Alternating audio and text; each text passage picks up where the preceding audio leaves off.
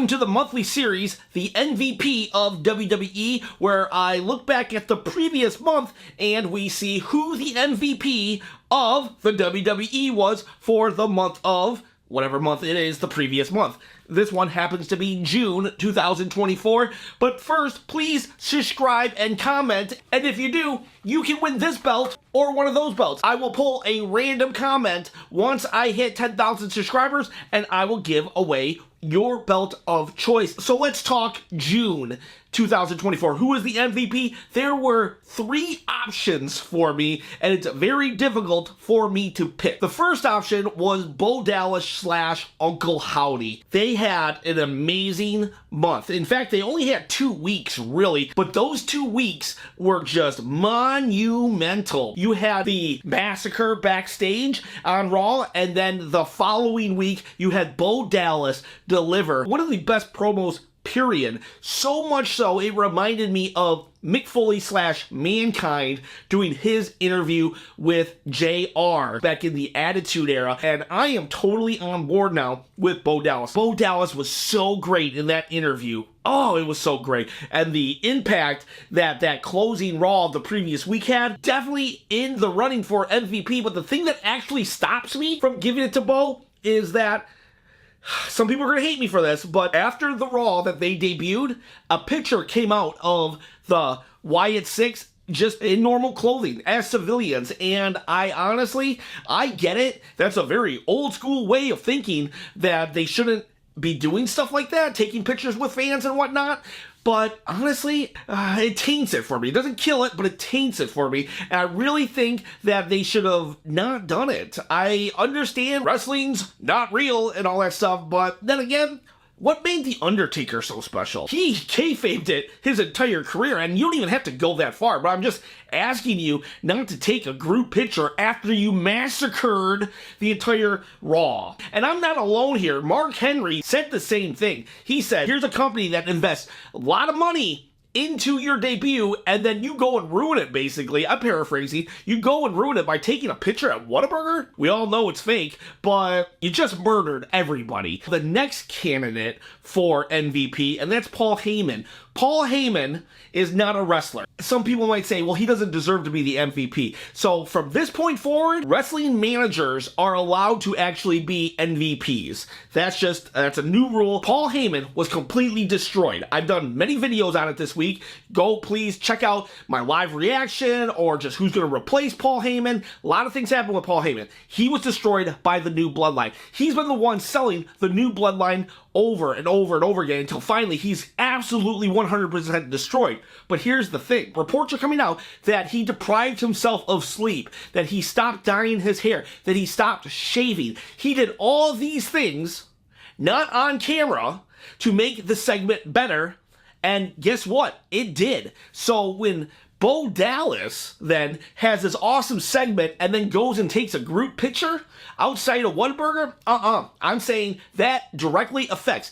If Paul Heyman's acts can directly affect the segment to a positive, then someone else like Bo Dallas, outside behavior can directly impact a segment negatively. However, the person that I'm giving the MVP nod to is actually Drew McIntyre. At Clash of the Castle, he was completely screwed in his hometown. He had a hero's welcome, and he gets completely screwed, and it was great. It was awesome, because Punk did the you only got a 2 count special referee thing. But in the match as well, Damian Priest had a scary botch where he gets caught in the ropes, and Drew McIntyre is able to continue the match, make it seem real, plausible, while at the same time making sure Damian Priest is okay. He frees Damian Priest, and his reaction is this: I can't win the belt when he's tied up like this. And that makes sense. That kind of quick thinking, that's amazing. They didn't have to stop the match, and they were able to continue the match,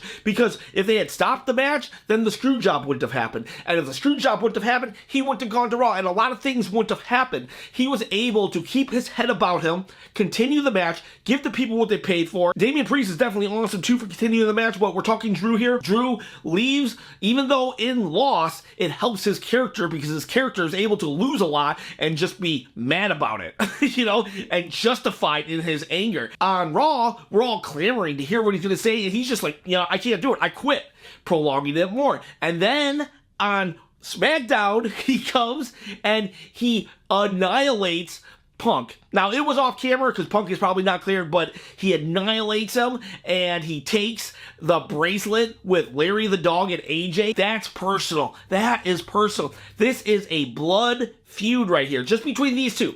Drew and CM Punk, they didn't have to do anything special. They didn't have to do anything crazy. Just two wrestlers going at it, trying to one-up the other, and it's just getting more and more and more personal, and it's great. The Wyatt Sick literally massacring people, the new Bloodline massacring Paul Heyman. To be able to stand out in the midst of those two storylines, just in a singular feud, says something about you, and Drew is making it happen. Drew McIntyre, MVP of June 2024. The women's MVP is actually last month's as well. May and June has the same MVP. It is Liv Morgan, and unfortunately, I feel it's because there are no other standouts. There's no competition. Liv Morgan is the singular focus on Monday Night Raw right now, and she is doing great work.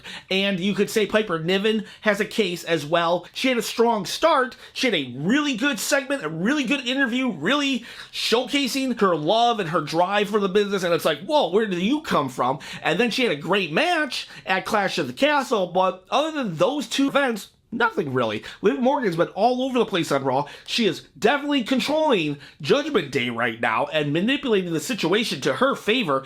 And match or not, she's in the storyline. I mean, hey, Drew McIntyre and CM Punk haven't had a match, and yet their rivalry is my favorite rivalry right now, and there's no real physicality and matches between them. So, hey, Liv Morgan, she's doing great. I do hope, though, that there are some better storylines coming out, so at least if Liv Morgan is the MVP for a third month in a row, at least there's competition. I don't really have anything to talk about in that there's no competition for her. But with the men's, I was like, is it going to be Uncle Howdy? Is it going to be Paul Heyman? I would like to struggle when choosing the MVP. Just no competition for Liv Morgan so far, so she is, again, your MVP. There are celebrity MVPs this month. On the last week of June, you had Logan Paul bringing out, sorry, I don't really follow basketball, Tyrese Halliburton, and that was great. I don't follow basketball, but I know that Madison Square Garden did not like who Logan Paul brought out, and I thought it was hilarious that he brought him out just for that heat.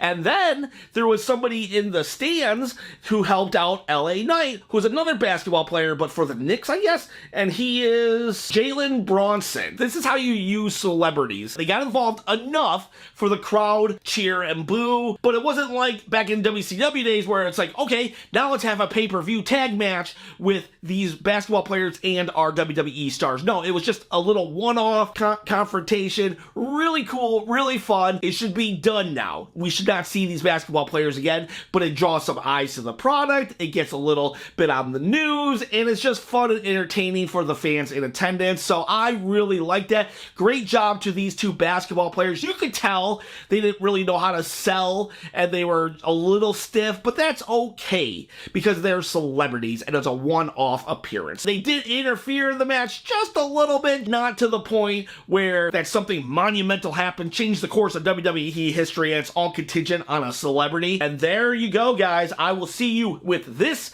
series next month, talking about July. However, I will see you probably tomorrow or the next day as I do more videos every week. I know you're going to love this wrestling channel. Please acknowledge the subscribe button like I acknowledge Drew McIntyre, Liv Morgan, and those two basketball players, Tyrese and Brunson, I think. I'm not sure. I can't remember their names. I'm not a basketball guy, but I acknowledge them because they had a great spot. Please comment so you can win a belt, and I'll see you guys real soon.